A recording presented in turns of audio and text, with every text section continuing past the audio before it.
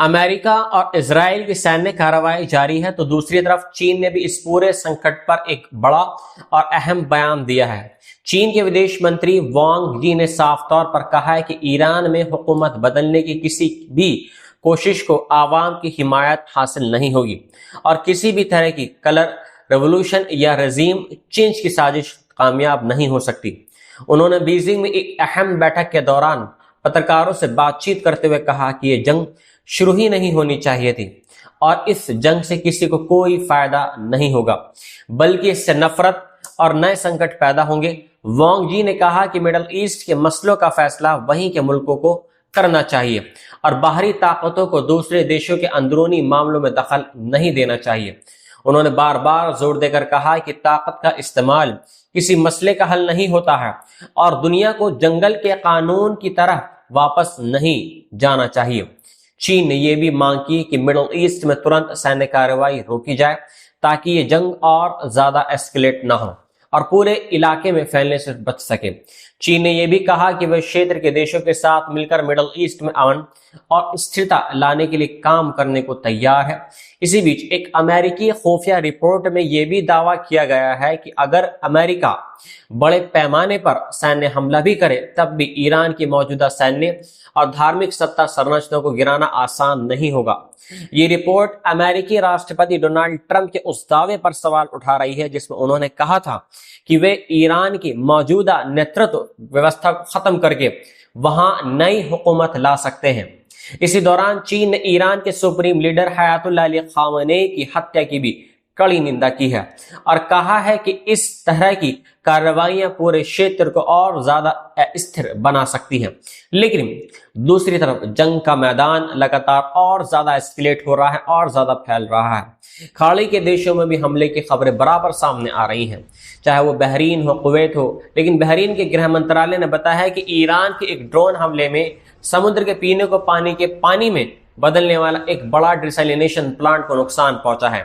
इस हमले में 3 लोग घायल हुए और एक यूनिवर्सिटी की इमारत को भी नुकसान पहुंचा है। जब इंटरसेप्ट की गई मिसाइल का मलबा जमीन पर गिरा तो आसपास के इलाकों में अफरा तफरी मच गई और लोगों को सुरक्षित जगहों पर जाने के लिए सायरन बजाकर चेतावनी देनी पड़ी।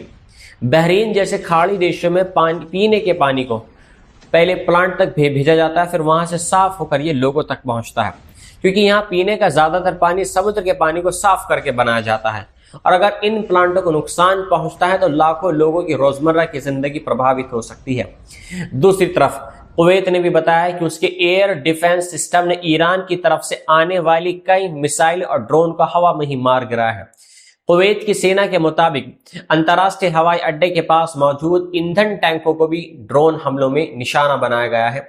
हालांकि जल्द ही आग पर काबू पा लिया गया है और ज्यादा बड़ा नुकसान होने से बचा लिया गया है।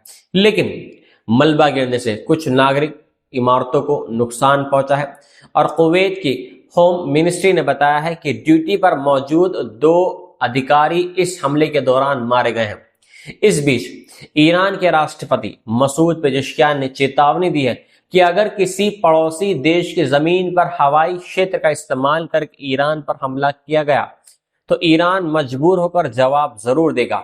उन्होंने ये भी कहा कि उनके पहले दिए गए बयान को गलत तरीके से पेश किया गया था और ईरान का मकसद अपने पड़ोसियों से दुश्मनी करना नहीं है, लेकिन अगर किसी देश से ईरान पर हमला होता है तो उसका जवाब जरूर दिया जाएगा।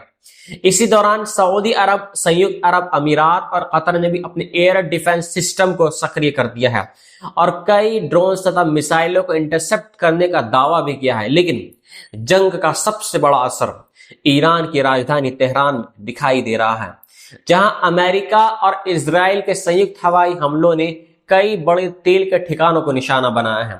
इन हमलों के बाद तेहरान के आसपास में विशाल आग के गोले उठते दिखाई दिए हैं और काले धुएं ने पूरे शहर को ढक लिया है। शहर में जलते हुए तेल की गंध फैल गई है और कई इलाकों में दहशत का माहौल बन गया है। ईरान की ऑयल डिस्ट्रीब्यूशन कंपनी के मुताबिक इन हमलों में उसके 4 कर्मचारी मारे गए हैं।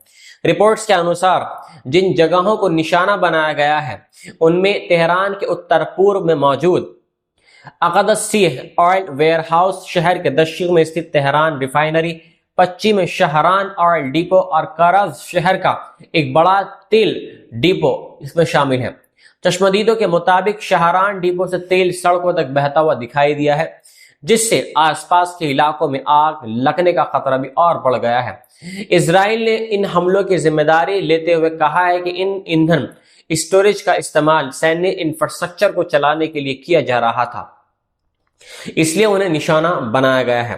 वहीं इजराइल के प्रधानमंत्री बेंजामिन नेतन्याहू ने कहा है कि उनकी सरकार ईरान के खिलाफ अपनी सैन्य कार्रवाई जारी रखेगी और उनके पास अभी कई और लक्ष्य मौजूद हैं। उन्होंने कहा है कि उनकी योजना ईरानी शासन को अस्थिर करने और वहां बदलाव लाने की है और आने वाले दिनों में और भी हमले किए जा सकते हैं। इस बीच जारी जंग में अब तक ईरान में 1300 से ज्यादा लोगों की मौत हो चुकी है, जबकि लेबनान में लगभग 300 और इजराइल में करीब 1 दर्जन से ज्यादा लोगों के मारे जाने की खबर है। हालात तेजी से बदल रहे हैं और पूरी दुनिया की नजरें अब इस बात पर टिकी हुई हैं कि क्या ये जंग यहीं तक लिमिटेड रहेगी या फिर पूरे मिडल ईस्ट को अपनी ओर चपेट में ले लेगी। क्योंकि अगर ये टकराव और ज्यादा बढ़ता है तो इसका असर सिर्फ इस क्षेत्र तक सीमित नहीं रहेगा, बल्कि वैश्विक अर्थव्यवस्था, ऊर्जा आपूर्ति और अंतर्राष्ट्रीय राजनीति पर भी गहरा प्रभाव पड़ सकता है। इसलिए कई देश लगातार कूटनीतिक रास्ता निकालने की कोशिश कर रहे हैं ताकि ये जंग और ज्यादा भड़कने से रोकी जा सके।